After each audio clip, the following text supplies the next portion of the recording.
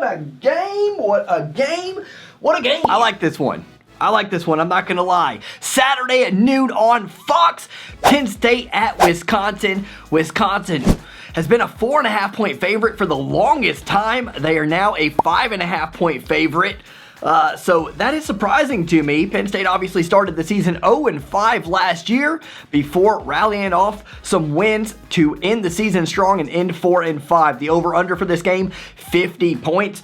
That's pretty typical for a Big Ten affair. Welcome to On Tap Sports. Let's break this thing down, shall we? This, to me, is the second best game of the week behind Clemson and Georgia. Should be a phenomenal one with huge Big Ten implications in this one. Wisconsin is a West Division opponent, so as a Michigan fan, even though we're probably not going to win our division, obviously, I'll go ahead and root for Wisconsin here. I have to. I'm obligated to. I'm sure Penn State fans understand that. Penn State did get 4 straight wins over Michigan, Rutgers, Michigan State, and Illinois to end the season. Wisconsin, they went the opposite route. They started the season 2-0 in 2020. Then they lost the next 3 to Northwestern, Indiana, and Iowa. They closed out strong. They beat Minnesota and Wake Forest. Wake Forest in the Duke's Mayo Bowl. And that was that. So opposite routes for these two teams in the shortened Big Ten season. And I think both underperformed last year. Looking forward to seeing both teams get on track here in 2021. The Wisconsin offensive story is going to be Graham Mertz. Graham Mertz, a lot of hype after that first game of the season last year against Illinois, where he went 20 of 21 for 248 yards, 5 touchdowns, and 0 interceptions. That is very, very good. And it looked like Wisconsin might have themselves a quarterback for the first time in a long time. That has always been their issue. They've always had an excellent running game, tough-nosed defense, hard-nosed defense, but they have not been able to find a guy who can sling it and be more than a game manager in Madison. But they thought they found it this time around. However, Mertz finished the season with 1,238 yards and 9 touchdowns. So he only had 4 more passing touchdowns in the next 6 games when he had 5 in game number 1, and he threw 5 interceptions during that span. That is not very good, and now all of a sudden Graham Mertz looks like your typical Wisconsin Badger quarterback. Like I said, that's the usual MO if you're Wisconsin, but this year not so much as usual. Jalen Berger is their likely workhorse at running back. He, to me, is not as good as some of the guys we've seen in the past. He had 301 yards in 2020. He averaged 5 yards per carry. But not only is he not your typical Jonathan Taylor or Melvin Gordon type person, in my opinion,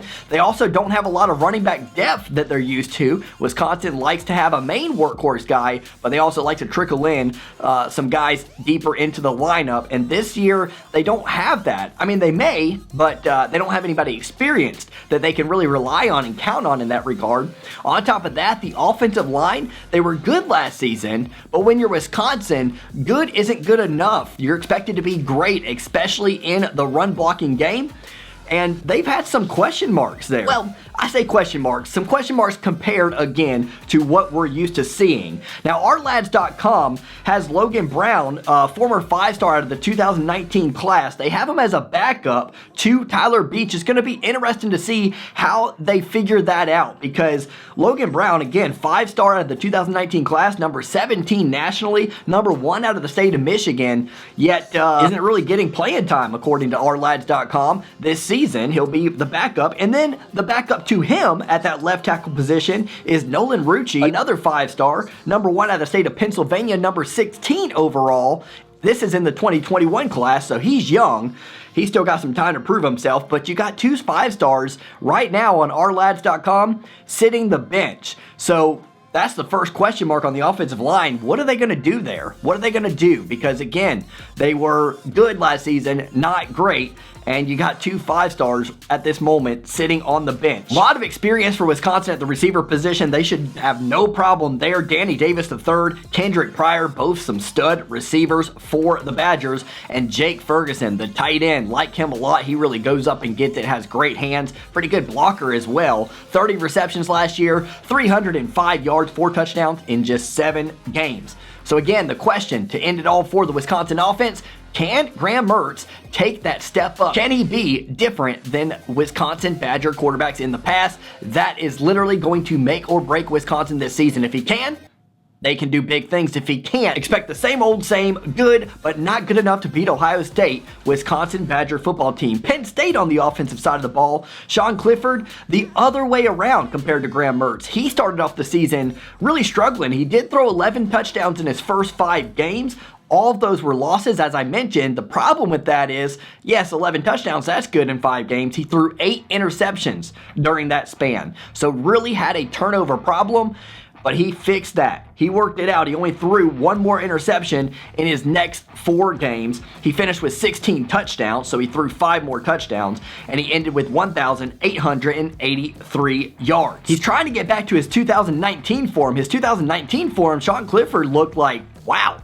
We thought we were going to take a step back after Trace McSorley, and Sean Clifford looks pretty dang good. He had 2,521 yards in that season, 22 touchdowns and just 6 interceptions. Really did a good job taking care of the football and helping his team out in a big way in that regard. So not only just being a game manager, but moving the ball as well and scoring points, putting points on the board. He, like Graham Mertz, has plenty of good receivers to throw to. That is Jahan Dotson, Parker Washington, and Keandre Lambert-Smith. Dotson last season, 52 receptions, 17 yards per catch. That's really good. Good deep threat you got there. Speedy guy, as always at Penn State. 884 yards, 8 touchdowns. Speed will be the name of the game indeed for Penn State. In fact, that's the name of this game in general. You got Penn State speed and Wisconsin strength. Power, patience. It's a good matchup.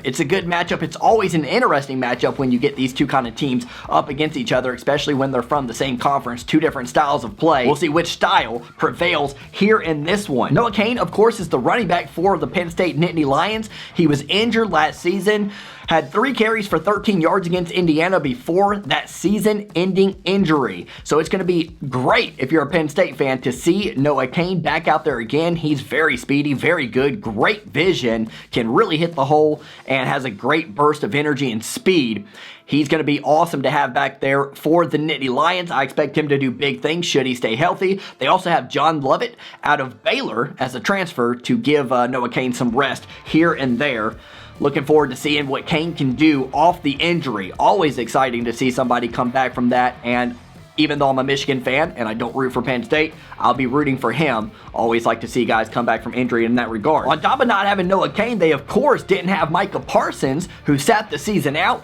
Micah Parsons, an absolute animal, has a knack for finding the ball carrier and or the quarterback throwing the ball. And without those 2 guys, maybe that's a big reason why Penn State started out 1-5. And in fact, I would go as far as to say it is a big reason. In college football, it's different than NFL a little bit in that when you're missing some of your big key guys, it really matters that much more. I saw that a lot last season with Michigan without Ambry Thomas and Nico Collins. So I got to believe that Noah Cain and Micah Parsons being out was a huge reason why Penn State struggled early on, and then they started to click and figure it out without them. Wisconsin's defense led the Big Ten in total defense last season, allowing just 300 yards per game. They were number 9 in the nation nationally, giving up just 17.4 points per game. So they figured to be pretty good, man, in this one. They didn't lose a lot, so they'll be stout against that Penn State offense. Penn State's defense is where the question marks are. They only returned 1 defensive lineman starter from last year, from a year ago. Linebacker returns all 3 guys. Of course, Parsons sat out. They have all 3 guys. That sounds good, but those guys weren't good last season. They had a lot of trouble stopping the run and covering the flats. They had issues at that linebacker position. If you're looking at the secondary, you're all good if you're Penn State. There's some experience there and a lot of talent, but that front 7, to me, is going to be the issue. With the inexperience at the defensive line position, and then you're looking at the linebackers and they weren't very good last year, don't have a lot of time to figure that out. Of course, you had the whole offseason, but real games are different than practice, man. So you're going up against the wrong team in the first game of the season. Not the team you want to see if up front, your front 7 is where you struggle. That is where I think Wisconsin is going to win this football game. They're going to ground and pound. Graham Mertz is going to have to just be a game manager for the most part. Maybe make some key first downs on third down situations where he does have to throw the ball, maybe 3rd and 7, obvious passing downs.